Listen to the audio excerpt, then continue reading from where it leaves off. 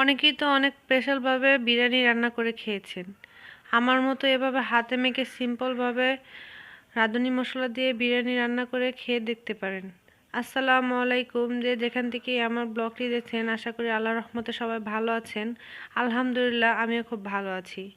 আজকে আমি তৈরি করছি মুরগির মাংস দিয়ে বিরিয়ানি। খুব সিম্পলভাবে, খুব সাধারণভাবে, তেমন কোনো মশলা ইউজ করিনি। শুধুমাত্র এক প্যাকেট রাঁধুনি মশলা দিয়েই কিন্তু আমি খুব দুর্দান্ত একটা বিরিয়ানি রান্না করে সবাইকে খাইয়েছি, আর আমি নিজেও খেয়েছি। খুব অসাধারণ হয়েছে। তো চলুন রান্না শুরু করে দেই। তো এই তো আমি এখানে আদা রসুন মরিচের গুঁড়া লবণ পেঁয়াজ কুচি এগুলো দিয়ে সাথে এক প্যাকেট রাঁধুনি বিরিয়ানি মশলা দিয়ে খুব ভালোভাবে হাতে মেখে নেব। আমি কিন্তু এটা তেলে ভেজে কষিয়ে রান্না করছি না, হাতে মেখে খুব ভালোভাবে চুলায় বসিয়ে দেব। সামান্য একটু পানি দেব, আর এখানে কিন্তু আমি তেলও অ্যাড করেছিলাম। তো এই তো দেখতে পাচ্ছেন, আমি কিন্তু মুরগির মাংসগুলো ততটা ছোট করে নিই, বড় বড়ই টুকরো করে রেখেছি, কারণ মুরগির মাংসটা যখন পানিটা শুকিয়ে যাবে তখন কিন্তু একদমই চুপসে যাবে। তো এই তো আমার মাখা কিন্তু প্রায় কমপ্লিট, আর এখানে আমি বসিয়ে দিয়েছি মুরগিটা রান্না করতে। এই তো আমার মুরগিটা কিন্তু বলক এসে গেছে। এবার এটাকে আমি খুব ভালোভাবে কিছুক্ষণ রান্না করে খুব সুন্দর করে কষিয়ে নেব। আর মুরগির মাংসটা যত ভালো করে কষানো হবে ততই কিন্তু বিরিয়ানিটা ভালো হবে। তো এখানে আমি 1 কাপ দুধের ভিতর অর্ধেক লেবু চিপে টক দই বানাতে রেখে দিয়েছিলাম। তো এখানে আমি টক দইটা ঢেলে দিচ্ছি। আর বিরিয়ানিতে কিন্তু টক দইটা দিলে কিন্তু বিরিয়ানির স্বাদটা দ্বিগুণ বেড়ে যায়। তো যাদের ঘরে টক দই না থাকে তারা কিন্তু এভাবে প্যাকেটের দুধ বা গুঁড়ো দুধ বা গাইয়ের দুধ কিছুটা গরম করে একটা গ্লাসে নিয়ে ওর ভিতর কিছুটা লেবু চিপে রেখে দিলেই কিন্তু টক দই হয়ে যাবে। এক্সট্রা এখানে আর কোনো টক দই অ্যাড করতে হবে না। তো এই তো আমি এখানে পোলার চালটা ধুয়ে চালনিতে ছেঁকে নেব।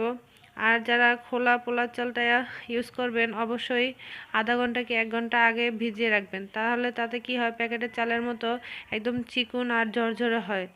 তো এখানে আমি বাজার থেকে খোলা পোলার চালটাই কিনে এনেছিলাম, আর সেটা ধুয়ে এখন চালনিতে ঢেলে রাখছি। এটাকে আমি 1 ঘন্টার মতো কিন্তু ভিজিয়ে রেখেছিলাম। আর মুরগি মাংসটা হয়ে গেছে নামিয়ে এখানে আমি বড় একটা পাতিলে পেঁয়াজ কুচি, গরম মশলা, সামান্য একটু আদা কুচি দিয়ে কিছুক্ষণ ভেজে নেব। তো এই তো আমার পেঁয়াজটা কিন্তু লাল হয়ে গেছে। এবার আমি এখানে সামান্য একটু আদা রসুন বাটা দিয়ে দিচ্ছি। এবার এটা কিছুক্ষণ তেলের ভিতর ভেজে নেড়ে চেড়ে এই তো ছাঁকনিতে পোলার চালটা যে রেখেছিলাম সেটা ঢেলে দেব। এবার পোলার চালটা তেলের ভিতর কিছুক্ষণ খুব ভালোভাবে ভেজে এখানে আমি রান্না করা মুরগির মাংসটাও কিন্তু দিয়ে দেব।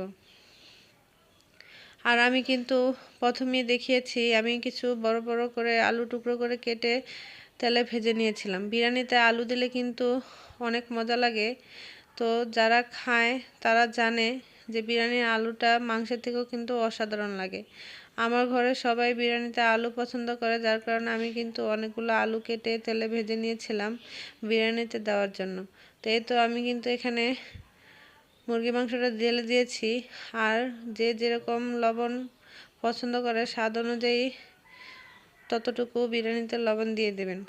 তো এই তো আমার ভালোভাবে রান্না করা হয়ে যাচ্ছে। এবার আমি কিন্তু আলুগুলো ঢেলে দিয়ে দিলাম। ততটা ঝামেলা করি না বিরিয়ানি রান্না করতে, খুব সিম্পলভাবেই রান্না করার চেষ্টা করি। আর যেভাবেই রান্না করি তাতে কিন্তু অসাধারণ স্বাদ হয়। আমার পরিবারের সবাই খেয়ে অনেক প্রশংসা করে। তো এই তো দেখতে পাচ্ছেন আমি এখানে পর্যাপ্ত পরিমাণ পানি দিয়ে দিয়েছি। এবার খুব ভালোভাবে এটাকে কিছুক্ষণ রান্না করে নেব। আর এখানে আমি 6-7টা কাঁচামরিচও ফেলে দিয়ে দিয়েছি যাতে সুন্দর একটা ফ্লেভার আসে।